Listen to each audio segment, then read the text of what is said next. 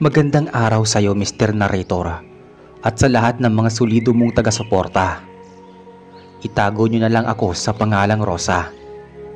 Unika iha ng isang mayamang mag-aalahas sa aming baryo noong kapanahunan. 85 anyos na ako ngayon at kasalukuyang naninirahan sa payak ngunit masayang bayan ng Davao. Mahilig akong sariwain ang mga naging karanasan ko noong aking kabataan. At sa tulong ng aking apo na si Lovely ay nais ko ring ibahagi ito sa inyo ngayon. Lumipas man ang mahigit 6 na dekada ay malinaw ko pa rin naaalala ang tila kahapon lamang na pinagdaanan sa tagong bayan ng Ilocos Norte. Naging tanyag ang ngalan ng aming pamilya dahil sa mga ginto na nakukuha mula sa pagmimina. Malakas ang kapit ng aking ama na si Amorsolo sa nakaupong gobernador, kaya kahit iligal iyon ay tuloy-tuloy ang operasyon. Dumadayo na rin ang mga tauhan niya sa iba pang barangay upang magsagawa ng mga paghuhukay na mas lalong nagpapayaman sa kanya. Nasa amin man ang karangyaan, salat naman ako sa kalinga ng mga magulang. Maaga kasing namatay si mama habang si papa naman ay tutok sa mga maruruming gawain na negosyo. Bukod sa minahan ay may 2 pang pinagkakakitaan ang aking ama. Una na rito ang pagsusuplay ng bigas na kanyang inaangkat pa sa mga magsasaka ng aming lugar at pag-aalaga ng mga paitloging mga manok at pato. Doon niya ginugugol ang oras sa buong araw na paninermon sa kanyang mga pobreng tauhan at nagiging pahinga lamang nito ang paghikab sa tuwing aantukin na. Noong mga panahong yun may nakaaway na negosyante si Papa. Isa siyang mayamang mag-aalahas na kilala din sa mga naggagandahan nitong mga disenyo ng kwintas, hikaw, singsing pulseras at iba pang kaartihan sa katawan. Isang umaga, nang katukin ako ng katulong naming si Minda, dala nito ang pagkain sa loob ng aking silid upang doon na kumain. May bisitang darating daw si Papa at lahat sila ay inutusang lisanin ang lugar kung saan sila magtitipon-tipon upang makapag-usap. Mula sa bukas na pinto ng aking balkonahe, dinig na dinig ko ang masaya nilang tawanan. Sumilip ako ng bahagya. Hinawi ang kurtinang nakatakip doon. Tanaw ko mula sa aking kinatatayuan ang 3 kalalakihang kasama ni Papa. Lahat sila ay bago lamang sa aking paningin. Una kong natanaw ang isang may katabaang lalaki na malapit ng mapanot at meron itong hawak na tabakong hindi pa nasisindihan.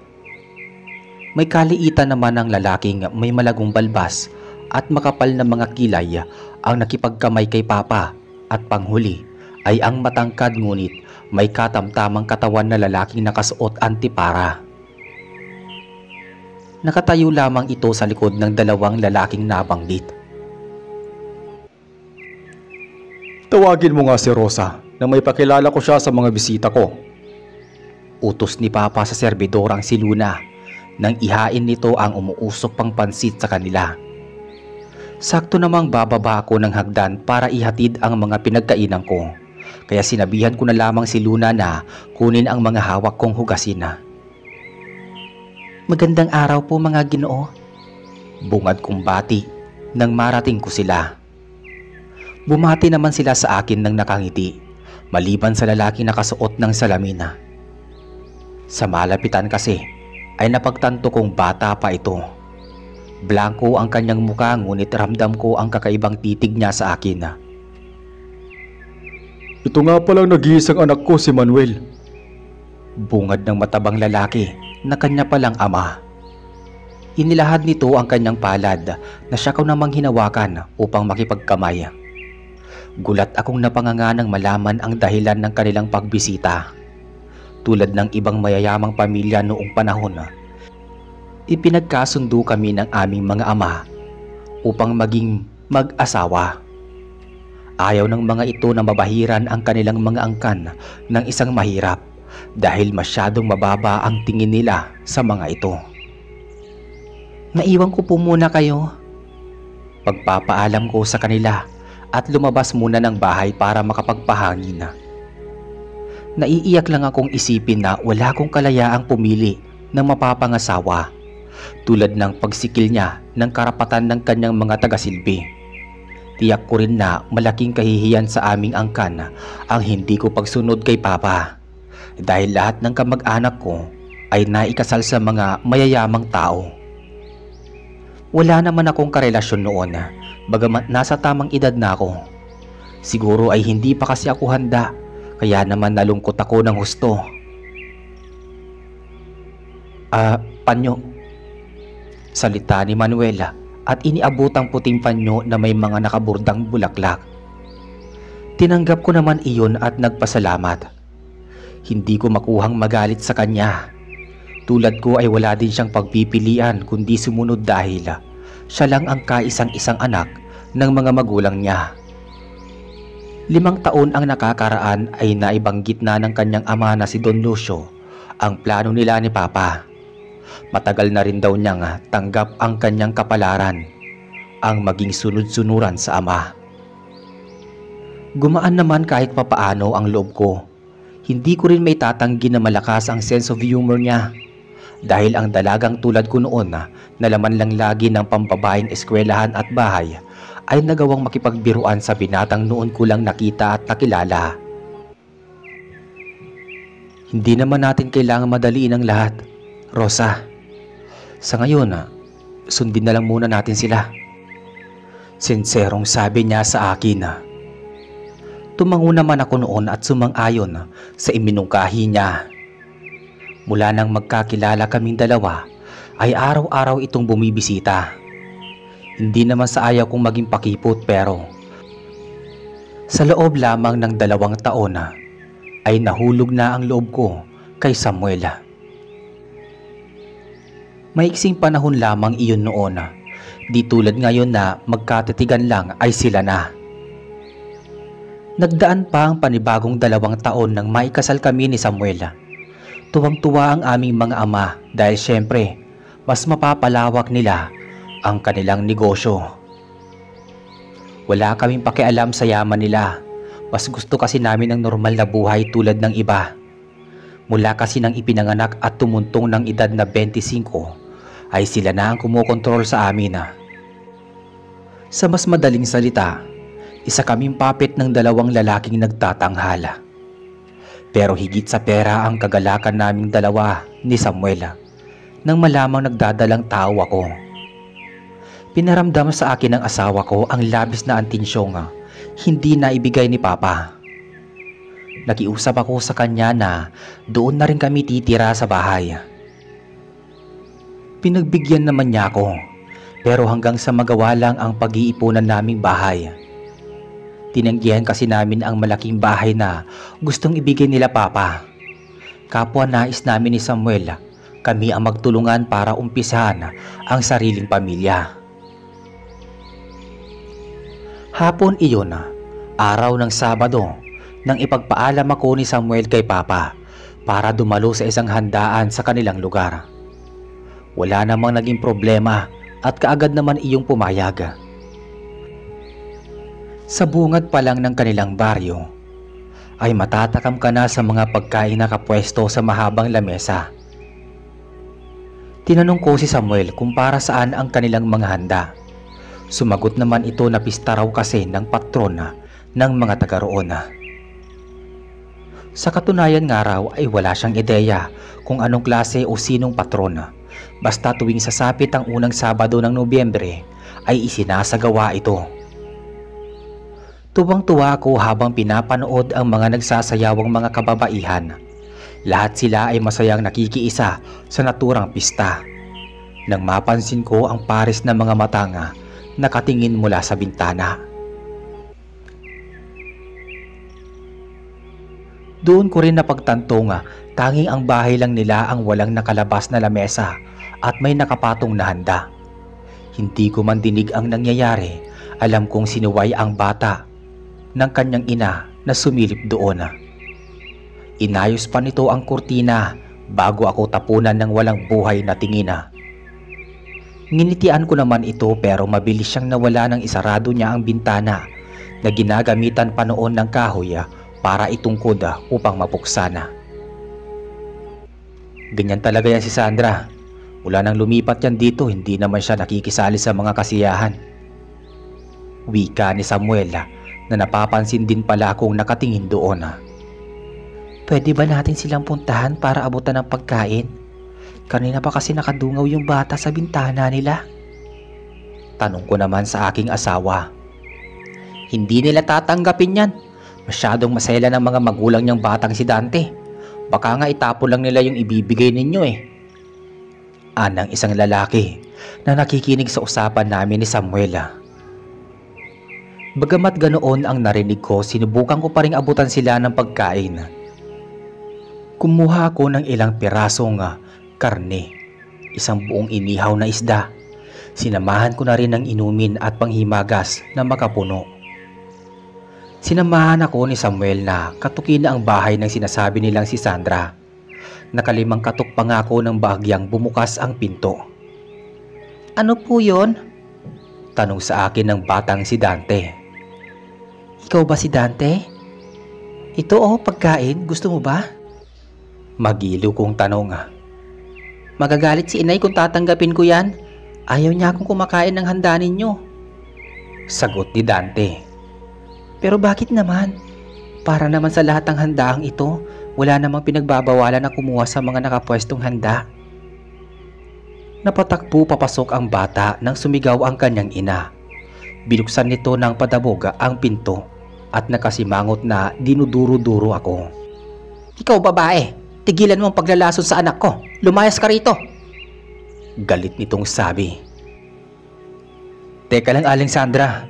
Wala naman kami masamang intensyon sa bata Ito nga't binibigyan pa namin ng pagkain eh. Pagtatanggol naman sa akin ni Samuel. Kung ayaw mong kunin niyang pagkain, di wag.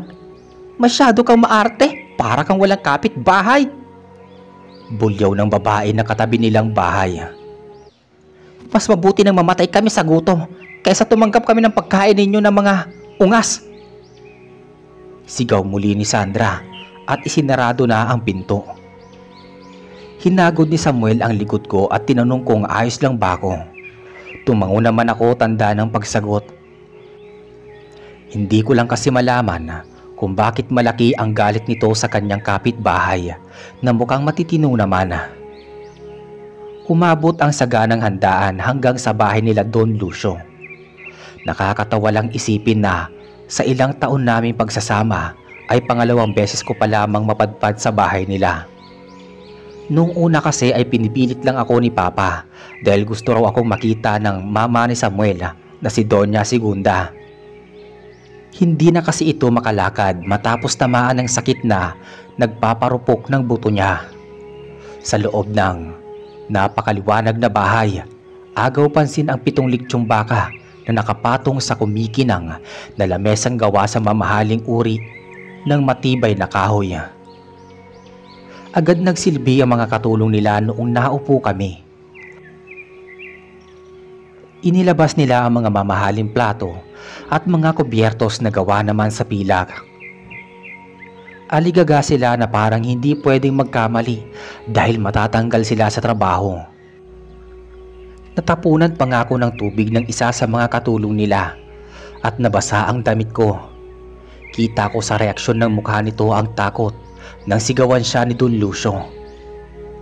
Naawa naman ako sa kanya kaya hinawakan ko ang kamay niya at sinabing ikuha na lang ako ng pamunas at okay lang ako. Humingi pa siya ng paumanhin bago naglakad papunta sa kusina. Lumapit sa akin ang matandang katulong nila Samuel. Inagaw nito ang bimpo sa naunang serbidora dahil baka makagawa pa ulit ng katangahan. Pagpasensyahan mo na si Feli. Ako tong matanda pero siya yung nauna pang maging pasmado. Mahina niyang salita. Ilang buwan ka na palang buntis, iha? Muli niyang tanong nang dumako ang pamunas sa tiyan ko. 4 na buwan ho, manang. Nakangiting sagot ko. Aba, malapit na rin pala ang paglabas ng bata, ano? O siya kasuhin ko muna ang niluto ko, ha? Pagpapaalam nito. Bumalik kami sa pagsandok ng makakain. Buti na lamang at sinunod ko ang payo sa akin ni Samuel na huwag masyadong magpakabusog dahil mapapasabak ulit kami sa kainan sa kanilang bahay. Mukhang tama nga ang sabi ng asawa ko dahil sarap na sarap ako sa malinamnam na karne at kapares nitong sarsang mula sa dinurog na atay ng manok. Madilim na ang paligid ngunit hindi pa halos nagagalaw ang lahat ng pagkain. Inutusan din ng ama ni Samuel ang kanyang mga tauhan na ihatid sa bahay ang 3 litsyong baka na itinabi nila. Bigla kong naalala si Aling Sandra. May kung ano sa loob ko ang nag-uudyok na muli itong puntahan upang subukan na bigyan ng pagkain. Tinutulan ako ni Samuel, ngunit desidido ako sa balak. Kalaunan ay wala rin siyang nagawa kundi samahan ako. Naghingi ako ng supot sa isa nilang serbedora para paglagyan ng ibibigay ko kina Aling Sandra. Idagdag mo na ito sa mga dadalhin mo, Rosa. Masarap yan. Kaluluto ko lang. Magiliw na salita ni Manang Hermina, ang pinakamatagal na serbedora ng pamilya nila Samuel. Ano ho ito, Manang? Mukhang masarap at mabango pa. Tanong ko naman. Espesyal na puto yan, Rosa. May palamang asadong karne at dilagang itlog sa loob. Tikman mo. Sagot nito. Agad akong nagpasalamat kay Manang Hermina. Sinabi kong sa bahay ko na lamang iyon kakainin kasi busog na ako sa buong araw na pagnguya. Paborito ko kasi ang mga kakanina kaya excited na akong makauwi para matikman iyon. Sumakay kami ni Samuel sa kanyang sasakyan samantalang ipinasok naman sa loob ng isa pang kotse ang mga lechon na aking iuuwi. Mauna ka na, Rosa. Sandali lang at susunod ako sa'yo. Sabi ni Samuel na kinausap ang mga tauhan para sabihin ang daan papunta sa aming bahay. Nakatayo pa lamang ako sa labas ng pinto ay bumukas na ito. Iniluwa nito ang galit na lalaking sukbit ang bag at dire-diretsyong umalis. Mga wala kayong kwentang magina. Lalo lang ako mamalasi sa buhay kung makikisama pa ako sa inyong dalawa. Pweh! Bulyaw nito na dinuraan pa ang loob ng bahay at saka mabigat na isinarado ang pinto. Nakita kong hinabol pa ito ng mag-ina na kapwa umiiyak at nagmamakaawa. Ngunit hindi na sila binalikan ng lalaki. Ayos ka lang po ba? Mahinang tanong ko kay Aling Sandra na hinawakan ko pa ang braso. Malayo sa babaeng nag-aalburuto, tumangulang ito at inakay ang anak papasok ng bahay. Sinundan ko lamang ito ng tingin hanggang sa akma niyang isasara ang pinto. Gusto mo bang pumasok, iha? Tanong nito sa akin na tinanguan ko kagad. Maliit lamang ang bahay nila bagamat konkreto iyon ay mapapansin mo ang ilang sira na padera at basag na mga bintana. Heto po, Aling Sandra. Sabi ko sa kanya at iniabot ang plastik ng lechon. Ako nga po pala si Rosa. Nakatira po ko doon sa kabilang baryo. Dagdag ko pa. Naluluha pa ito nagpasalamat sa akin kasunod ng mahigpit na yakap. Humingi ito ng pasensya sa ginawa niyang pagtataboy sa amin ni Samuel kanina. Aniya ay problemado lang daw siya dahil sa nalaman niya na nambababae ang kanyang mister. Bakit po hindi ninyo tinanggap ang pagkain kanina? Saka mukha po yatang may alitan kayo ng mga kapitbahay mo. Tanong ko kay Aling Sandra. Paano naman ako sasali sa kasiyahan nila? Hindi mo ba alam kung ano ang dinaos na pagdiriwang kanina? Takang tanong nito sa akin. Para po sa pista ng patron ng mga aswang, si Galida. Hindi na ako pinatapos pa sa pagsasalita ni Aling Sandra. Ramdam ko ang lalim at seryoso nitong boses, kaya nakaramdam ako ng kaba. Ano pong aswang? o talkong salita. Napangisi na lamang ito at umiiling-iling. Mukhang wala ka talagang alam, Rosa. Malaking bahagi ng baryong ito ay may lahing aswang. Bumibiktima sila ng mga tao na ginagawa nilang pagkain. Hindi ako tumatanggap ng pagkain sa inyo kanina dahil sa pagkulo ng lana na nasa bintana. Itinuro nito sa akin ang langis na tinatawag na lana. Nasa isang babasaging baso. Ipiniliwanag niya sa akin na sa oras na bumula o kumulo ito, may malapit na aswang sa paligid. Kaya niya rin daw ako pinapasok sa kanilang bahay sapagkat tiyak niyang normal na tao ako. Halika, sumama ka sa akin. Pagyaya nito, dumako kami sa kanilang likod bahay at tumiretso sa may kadilimang taniman. Inalalayan pa nito ang kandilang may apoy upang di mapatay ng hangin. Nakita kong pumitas ito ng bunga ng kalamansi. Bumalik kami sa kusina at inilabas niya sa supot ang dala kong lechon. Pinigaan niya ito ng katas ng kalamansi ngunit maging siya ay nagtataka dahil walang nangyari. Ngumiti ito at tinawag si Dante. Kain na anak, malinis ang ulam na yan. Sabi nito at iniabot sa paslit ang platong may kanin at ulam. Tinanong ko kung ano ang ibig niyang tukuyin sa pagpiga ng kalamansi. Doon siya nagpaliwanag na ang katas ng pindigang kalamansi ay mainam di umano para tanggalin ang orasyon na ginagawa ng aswang sa pagkain. Minsan daw kasi ay nagiging bulok na laman loob o patay na hayop ang mga pagkain na galing sa aswang. Ang pinakamatindi na siguro dito ay ang parte ng tao o buong fetus. Naputol ang usapan namin nang magsalita si Dante. Itinuro nito ang lana na kasulukuyang kumukulo. Pinaghanda kami ni Aling Sandra dahil malapit daw na aswang ang nasa aming paligid. Kinabahan kaming tatlo nang may kumatok sa pinto. Isang ikot lang sa siradura ng pinto ay nahayag na ang itsura nito. Magandang gabi po, Aling Sandra. Bati sa kanya ni Samuela. Tinignan ko lang ang aking asawa. Naiyak na ako noon. Hindi tumitigil sa pagkulo ang lana na malapit sa bintana ng bahay. Isinarado ni Samuel ang pinto at naglakad papunta sa amin. Naging alerto naman si Aling Sandra na kumuha ng kutsilyo. Sinabuyan niya rin ng asin ang asawa ko na bahagyang napasigaw at umaraya. Sabi ko na nga ba aswang ka, lumayas ka rito. Nginig na salita ni Aling Sandra. Napahagalpak ng tawa si Samuel sa kanyang narinig. Aswang? Ako? Ano bang pinagsasabi mo dyan? Aling Sandra, hindi ako aswang. Pero mahal, kumukulo ang lana nung pumasok ka bago bumukas ang pinto. May takot kong sabi. Saka nasaktan ka sa asin na isinaboy sa'yo. Hindi ba takot ang aswang sa asin? Dagdag ko pa. Napahawak na ito ng kanyang tiyan. Itinuro nito ang kanyang mukha. Wala ka bang napapansin?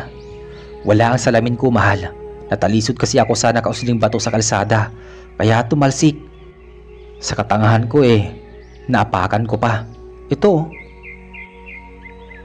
Inilabas niya mula sa bulsa ang basag na salamin. Pumasok ang asin sa mata ko, kaya ako nasaktan. At Aling Sandra, kahit ilublubo pa ako sa isang drum na bawang, walang epekto. Hindi naman ako aswang Pagpapatuloy ng salita ni Samuela. Ibinaba ni Aling Sandra ang kutsilyo ngunit nananatiling nakahawak dito. Anong patunay mo na hindi ka aswang? Sige nga. Hamon niya sa asawa ko. Inilabas ni Samuel ang kapirasong telang pula.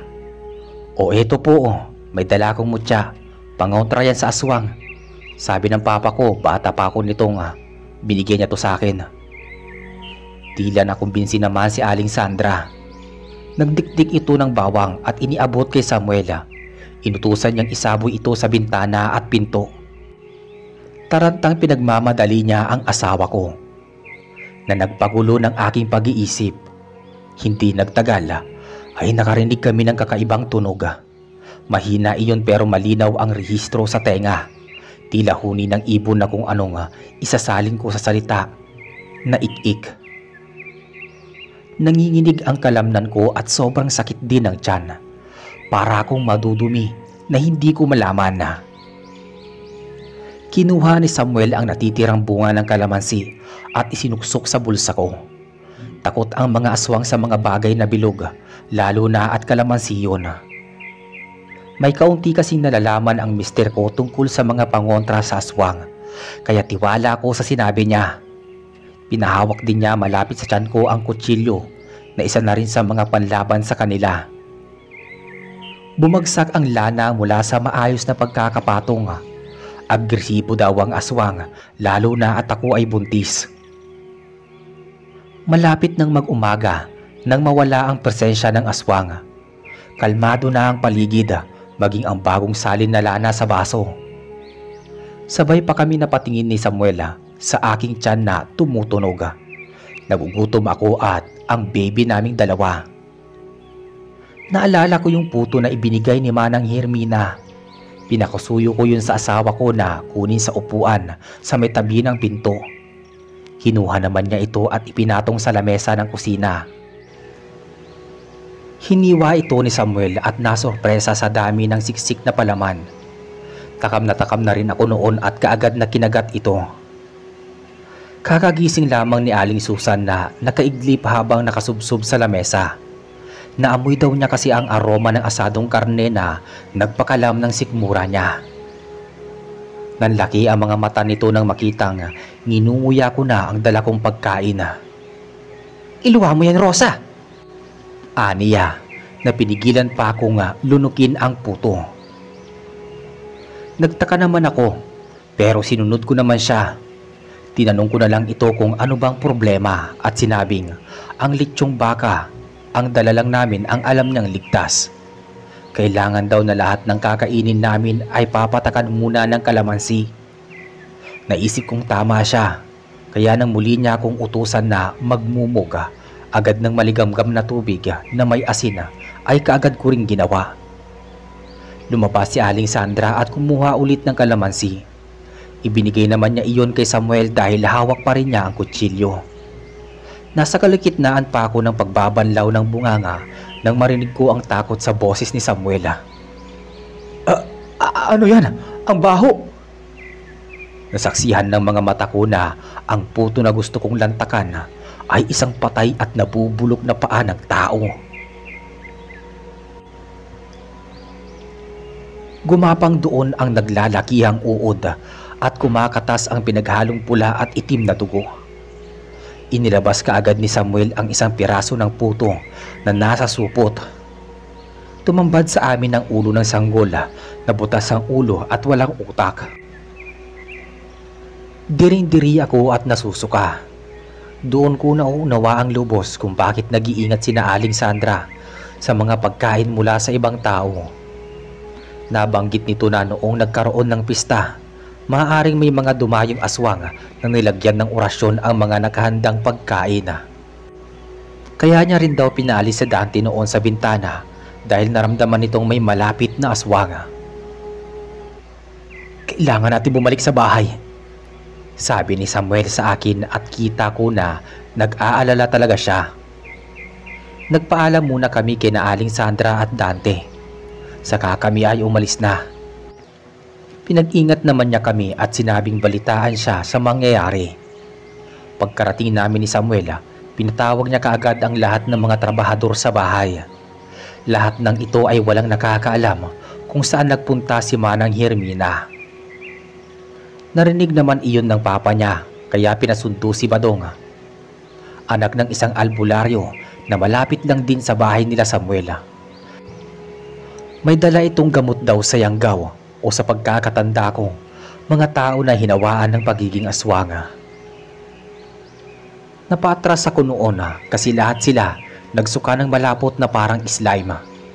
Napakabaho din nun na parang imbornal. Sabi ni Badong, iyon daw ang mga naipon at natunaw na lason ng aswang. Sa kaso kasi nilang lahat Araw-araw nilang kasama si Manang Hermina, kaya naman mas madali silang mahawaan. Natuto na ako mula noon. Grabe kasi ang mga nasaksihan ko, lalo na yung ilang mga dumalo sa pista ng patrona. Marami sa kanila ang namatay kasi buo na raw iyong sisiw o yung aswang na nakatira sa katawan nila.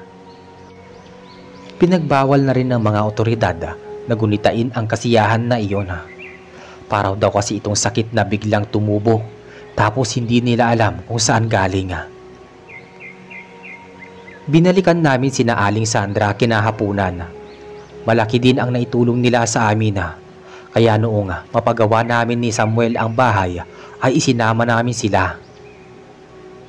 Lumipas kasi ang ilang mga buwan habang palapit na palapit ang araw ng panganganak ko. Hindi tumitigil ang aswang para kunin ang batang aking ipinagbubuntis. Lagi din noong may pinauusukang dahon ng kalamansi kasi ayaw ng mga aswang ang amoy noon. Nanganak ako noon sa ospital.